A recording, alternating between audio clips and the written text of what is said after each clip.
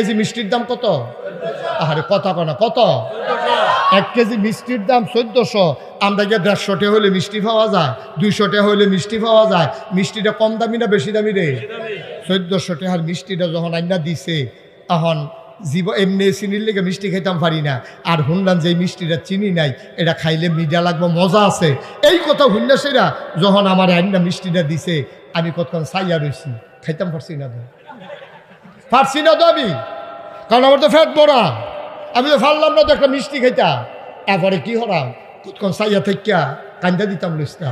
আর মিষ্টিটা দেখতে যেরকম সুন্দর লাগছে, পরে আমি তারারে কইছি, ও এই মিষ্টিটা তোমরা রাখিয়া দাও, এই ওয়াজের লগে লাড়াচাড়া পড়লে যদি কিছু খালি হয়, যাইতে 2টা খাইয়া যান, আর এদিকে ওরে দেওয়ার দরকার নাই, প্যাকেটটা লইয়া যে। এই কথা ভাইয়া পারলাম না তো। আমি মুশতাক ফয়েজি, আমার জীবনের বাস্তব অভিজ্ঞতা, আমি একটা মিষ্টি খাইতে